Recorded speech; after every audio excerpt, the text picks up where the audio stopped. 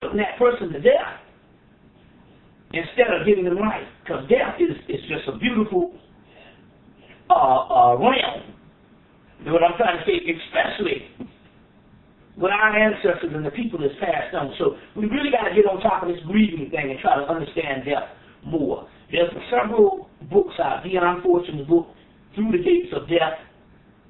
There's a guy by Dr. John Mumford wrote a book on death. There's the Tibetan Book of the Dead. It deals with death on a certain level. So there's several books that you can get on trying to understand what this whole death process is. There's a book called Becoming Osiris that deals with the whole death process. Anything you read that can clear up your confusion, because it's inevitable, especially most of us going to have family members that pass on every day. And how you deal with it is how you even manifest on a higher level down here on the earth plane. You see. So now getting back to these particular rituals that you can do, you want to do these particular rituals. Let me give you a good one to show you some things that we can do to help ourselves in our lives. My queen that moved from Washington, D.C. to Maryland area to Atlanta, Georgia on the 15th of March of 2004, first thing she did was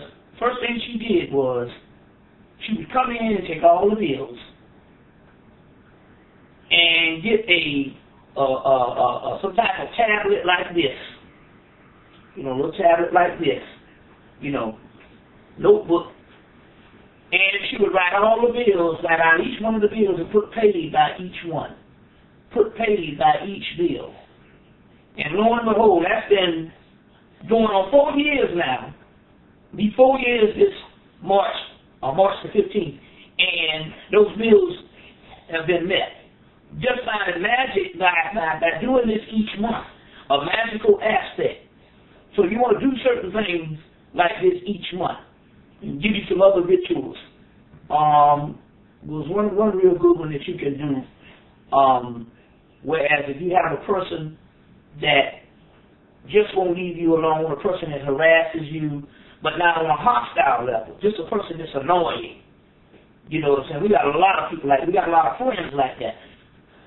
What you want to do is get a plastic cup. A plastic cup. And you want to take something that looks like a business card. You can take an index card and cut it off and write that person's name on it. And then write "chill out" on that card. But you want to get it with a permanent marker or something that's permanent, because you don't want it to fade. Because what you're going to do is you're going to take that plastic cup and you're going to fill it up with water, and you're going to put that index card or that piece of paper down in. So you want a card, you don't want it to dissolve so fast before it freezes.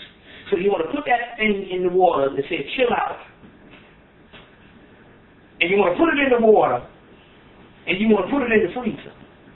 And that person will chill out. That person will actually leave you alone. Then there's the other magical trick that I've been doing, telling people for years, is if a person is a little more hostile, what you want to do is you want to take a brown bottle, a brown beer bottle, a brown root beer bottle. I say root beer bottle, so you can find a root beer bottle that's brown, and they don't have any paper on it. But what you can still do is find a brown beer bottle and soak the paper, and soak it in some water till the paper come off. And you want to pour not no decaf, but liquid coffee. The stronger the better. As long as it's not decaf, liquid coffee in that brown bottle. Then you want to take a brown piece of paper bag and tear it off and write on that brown piece of paper bag that person's name. And you can even say "cease and desist" or "stop bothering you." Or it could be a restraint.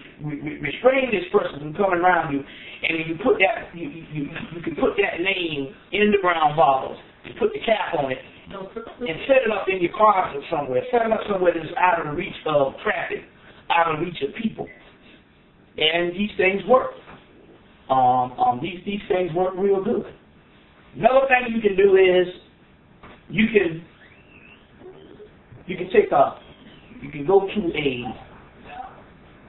botanica or whatever and try to find you a little round thing that looks like a little wall. It looks like an acorn or something like that, but it's a buckeye. You want to get you a buckeye, and you want to take it. Now this is for money. You want to take the buckeye and wrap that buckeye in a dollar bill. Wrap that buckeye in a dollar bill. So you take the dollar bill and you take the buckeye and you wrap the dollar bill around the buckeye. You can put a little piece of Scotch tape on it so it can stay. And you want to get you a little plastic bag. You know the ones that they sell them now. You can get them at the drugstore or whatever. It used to be a little nickel bag type thing, or you can get something. And you want to put that buckeye in that plastic bag with that dollar bill. You want to wear it on your person. You want to wear it.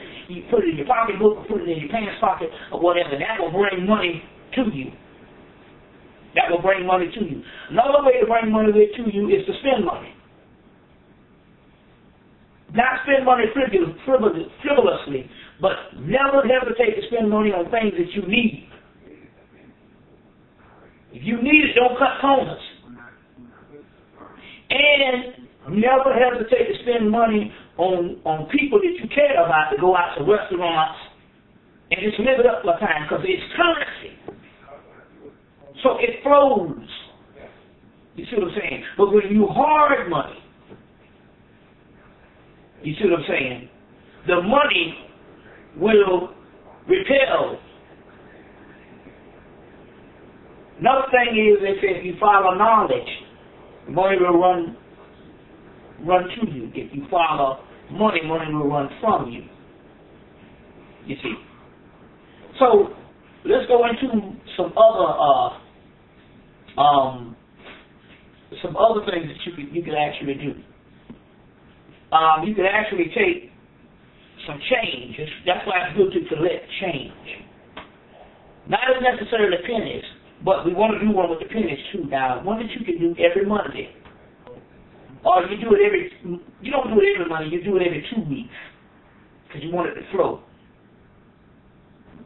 So you take 16 pennies. Take these 16 pennies. You go down to a crossroads. That's any street with 4 corners. And you put 4 pennies on each corner. And you ask Legbar, which is the Yoruba god, or Ishu, the Yoruba god of the crossroads. You ask Legbar at the crossroads for financial assistance or financial need. You see. And you can do this stuff roughly, because you don't want the greed to kick in. You don't want to just be about the money and not be about the spirit, which I'll get into how most of this stuff is going to work. But you want to do it about every 2 weeks. You see what I'm saying? You want to do it about every 2 weeks. And if things are flowing for you real well, don't be greedy. Don't do it when things are to the point where, you're getting the money, but all of a sudden you still want to run down there and do it. You want to let it flow for you a certain way. You don't want to bother the entities on another way. I always say this also too, that if you get a ritual that is done by an entity comes, or an entity that you read about, an entity or something, and you do a ritual. Let's say you do the Legbar ritual. You would honor Legbar. You would honor Legbar by going to get some books on Legbar, or some Yoruba books or whatever that tradition, and studying up on that tradition. You see what I'm saying? And that way things will come even faster, because it means that you are sincere, but you're not just doing